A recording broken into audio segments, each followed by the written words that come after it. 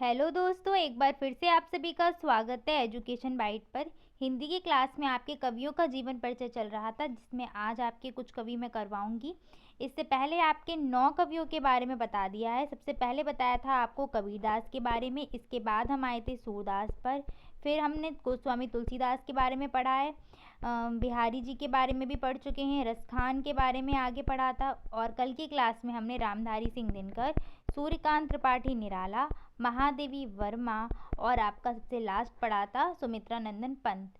ठीक है, 9 कवि हो चुके हैं। चलिए आज की क्लास स्टार्ट करते हैं। सबसे पहले कवि हैं आपके मैथिली शरण गुप्त। ज़्यादा कवि और लेखक नहीं कराएंगे, सिर्फ इम्पॉर्टेंट करा रहे हैं, वो भी उतने ही कवि लेकर आ रहे हैं जो आपके सेकेंड से 8th क्लास तक की जो बुक्स हैं उसमें जिन कवियों के बारे में दिया है। बहुत सारे कवि हैं, उनमें से छांट छांट के जो इम्पॉर्टेंट है, जिनसे क्वेश्चन बन सकता है, जिनकी रचनाएं पूछी जाती हैं, उनके ही क्वेश्चन लेकर आए हैं। तो मैथिली शरण गुप्त का जन्म कहाँ हुआ था? चिरगांव, झांसी में हुआ था। इनके जन्म की सन क्या है? 1886 ईस्वी में इनका जन्म हुआ था। इनको उपाधि दी गई है राष्ट्र कवि की, और ये उपाधि दी थी किसने? महात्मा गांधी ने। चाहे तो आप इनके सामने लिख सकते हैं कि महात्मा गांधी ने मैथिली शरण गुप्त को राष्ट्र कवि की उपाधि दी थी। इनकी मृत्यु हुई थी 1964 ईस्वी में। इनकी बहुत ही फेमस रचनाएं हैं। पहली है साकेत, दूसरी है यशोधरा, पंचवटी, भारत भारती के बाद इनको बहुत ज़्यादा प्रसिद्धि प्राप्त हुई थी। इसके बाद नहुस, जयद्रथ वध, झंकार, कुणाल गीत, ये इनकी कुछ महत्वपूर्ण रचनाएं हैं। ठीक है, इनकी उपाधि ध्यान रखना कि इनको राष्ट्र कवि की उपाधि मिली थी। जैसे सुमित्रा नंदन पंत को क्या उपाधि मिली है या किस नाम से उनको प्रसिद्धि मिली है? तो प्रकृति के सुकुमार कवि उनको कहा जाता है। महादेवी वर्मा को क्या कहा जाता है? आधुनिक युग की मीरा। ठीक है, ऐसे तुलसीदास के बारे में पूछेंगे तो तुलसीदास को जो उपाधि दी है वो शिरोमणि की उपाधि दी है, कवि शिरोमणि। ठीक है, आगे बढ़ते हैं। कुछ कविताएं लेकर आए हैं कि उनके लेखक कौन है या उनके रचनाकार कौन है। कविताओं के कवि होते हैं ना, तो कविताएं हैं आपकी गंगावतरण, उद्धव शतक और गंगा लहरी। इन तीनों के ही हैं आपके जगन्नाथ दास रत्नाकर। आपको रत्नाकर लिखा हुआ भी ऑप्शन में मिल सकता है, तो कंफ्यूज मत होना। ठीक है, जगन्नाथ दास रत्नाकर इनका पूरा नाम है, और रत्नाकर शॉर्ट में लिखा हुआ मिल जाएगा। ठीक है, तो कौन कौन सी कविताएं हैं इनकी? गंगा शतक, गंगावतरण, उद्धव शतक, गंगा लहरी। नेक्स्ट है आपका वैदेही वनवास, प्रिय प्रवास और चौखे चौपदे। वैदेही वनवास सबसे इम्पॉर्टेंट रचना है, ये आपकी पूछी भी गई है एक आध बार। वैदेही वनवास स्टेट वगैरह में तो ये आपको मिलेगी ही मिलेगी। वैदेही वनवास, प्रिय प्रवास, चौखे चौपदे, ये तीनों रचनाएं हैं आपके अयोध्या सिंह उपाध्याय हरिऔध की। शॉर्ट में इनका नाम क्या है? हरिऔध। तो आपको ऑप्शन में हरिऔध मिल जाए तो भी समझ जाना कि कौन है? अयोध्या सिंह उपाध्याय। ठीक है, तीनों ये रचनाएं इनकी हैं अयोध्या सिंह उपाध्याय हरिऔध की। नेक्स्ट है आपकी कामायनी। कामायनी है जयशंकर प्रसाद की। ऐसी आंसू, लहर, झरना, ये चारों ही, कामायनी, आंसू, लहर और झरना, ये किनकी हैं? जयशंकर प्रसाद की रचनाएं हैं। नेक्स्ट है आपकी झांसी की रानी।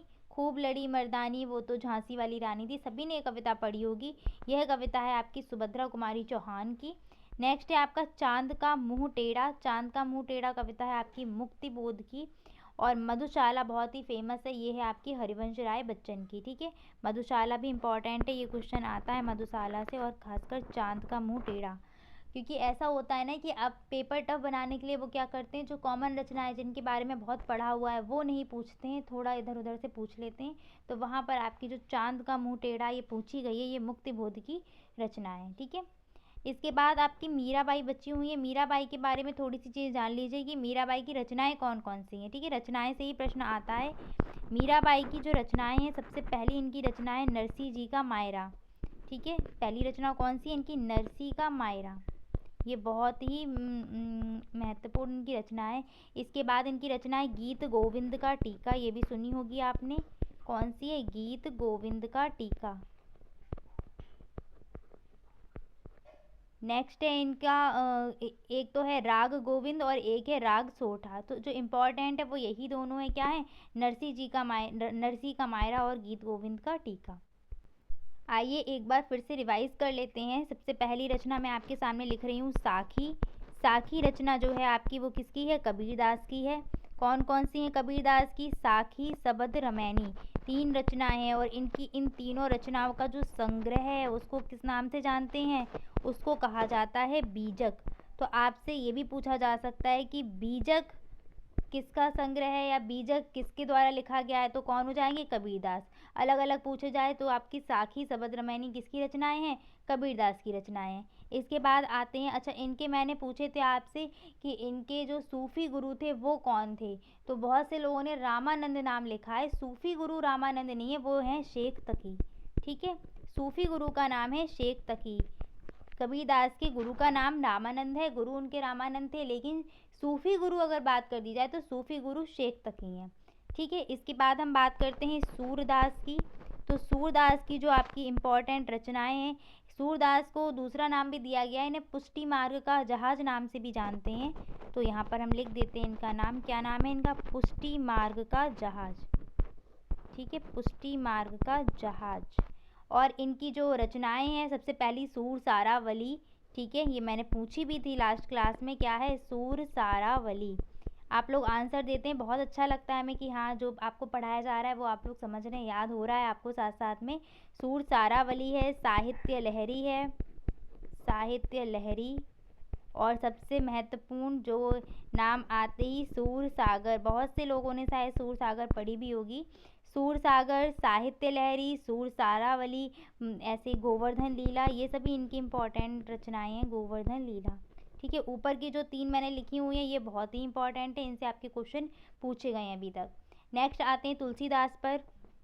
तो तुलसीदास की सबसे इम्पोर्टेंट रचना क्या है, रामचरितमानस। इससे इनको बहुत प्रसिद्धि प्राप्त हुई थी।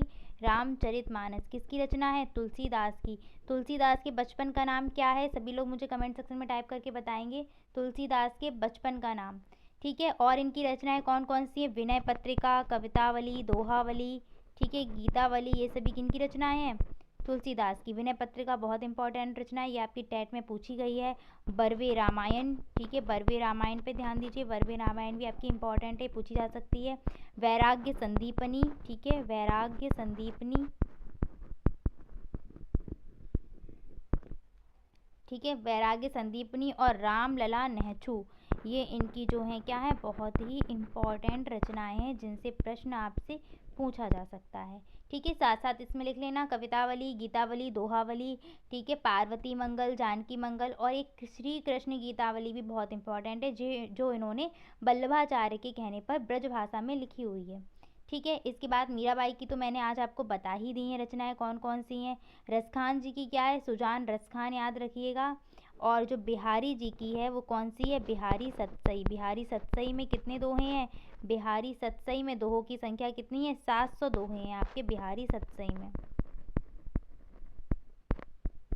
कितने दोहे हैं, 700 दोहों का संग्रह है बिहारी सतसई। इसके बाद बात करते हैं अपने बाकी के जो अभी पढ़े हुए हैं, अभी हाल फिलहाल के कवि हैं, ये तो प्राचीन में आ जाएंगे थोड़ा, जैसे अकबर, कुछ समकालीन हैं अकबर के, ठीक है, इस टाइप से हैं कुछ। अब बात करते हैं रामधारी सिंह की, रामधारी सिंह दिनकर की। तो इनकी जो रचनाएं हैं, सबसे पहली क्या है, कुरुक्षेत्र, या फिर उर्वशी को ध्यान रखिए, उर्वशी के लिए इनको क्या मिला था, ज्ञानपीठ पुरस्कार भी मिला हुआ है। कुरुक्षेत्र हो गई, उर्वशी, हुंकार, ये सभी किनकी रचनाएं हैं, रामधारी सिंह दिनकर की। ठीक है, ये रचनाएं आपकी किनकी हैं, दिनकर जी की रचनाएं हैं। इसके बाद बात करते हैं निराला जी की। तो निराला जी की कौन कौन सी रचनाएं हैं प्रसिद्ध, अनामिका, आराधना, जूही की कली, ठीक है, अनामिका हो गई, आराधना, जूही की कली, और वह तोड़ती थी पत्थर, ये कम पंक्तियाँ आपको बताई थी, इसको याद रखना, जूही की कली और वह तोड़ती थी पत्थर। क्योंकि आपके एग्जाम में क्या है कि एक पंक्ति देकर भी पूछा जाता है, जैसे कि एक पंक्ति आपसे पूछी गई थी क्या, वीणा वादिनी वरदे, किनकी पंक्तियां हैं, तो वीणा वादिनी वरदे हैं सूर्यकांत त्रिपाठी निराला की पंक्तियां। इसके बाद बात करते हैं यामा की। तो यामा प्रसिद्ध रचना किसकी है, महादेवी वर्मा की। यामा, दीपशिखा, इन दोनों से ही क्वेश्चन बनता है आपका, महादेवी वर्मा की रचना है आपकी यामा। ठीक है, बात करते हैं सुमित्रा नंदन पंत की रचना की। तो सुमित्रा नंदन पंत की कौन सी रचना थी आपकी जिसको ज्ञानपीठ पुरस्कार मिला हुआ है, चिदम्बरा। ठीक है, दीपशिखा और दीपशिखा हो गई इनकी, और चिदम्बरा किसकी है, सूर्यकांत त्रिपाठी निराला की। उम्मीद करती हूँ आपको रचनाएं बहुत अच्छे से याद हो गई होंगी। वैसे तो बहुत सारी रचनाएं हैं, बहुत कोई भी रचना पूछी जा सकती है, क्योंकि ऐसा तो है नहीं सिलेबस में लिखा हुआ है कि इतने से इतनी क्लास तक में से कोई सी भी आ सकती है, पर वहाँ जब वो पेपर बनाते हैं बैठ के, तो उनके माइंड में जो उस टाइम आ रही है वो कोई सी भी रचना डाल सकते हैं कॉमन जो है। तो इसलिए जितनी आपने याद कर ली अच्छी बात है, और भी अगर आपको कहीं से रचनाएं मिल जाती तो उनको याद करते हुए चलिएगा, ठीक है।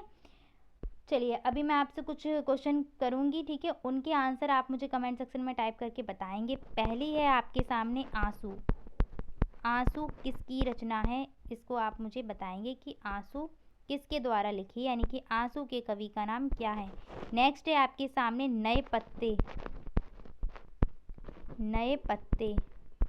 तीसरी है आपके सामने चांद का मुंह टेढ़ा। चांद का मुंह टेढ़ा। चौथी है आपके सामने वैदेही वनवास, ठीक है।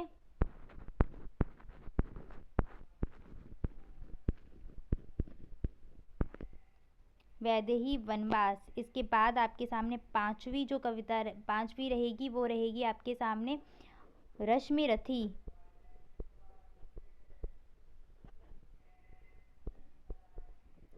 सिक्स है पल्लव, ठीक है। इन 6 रचनाओं के जो रचनाकार हैं उनके नाम आप मुझे कमेंट सेक्शन में बताएंगे। इसके साथ साथ मैं कुछ लोगों के गुरु के नाम आपसे पूछ रही हूँ।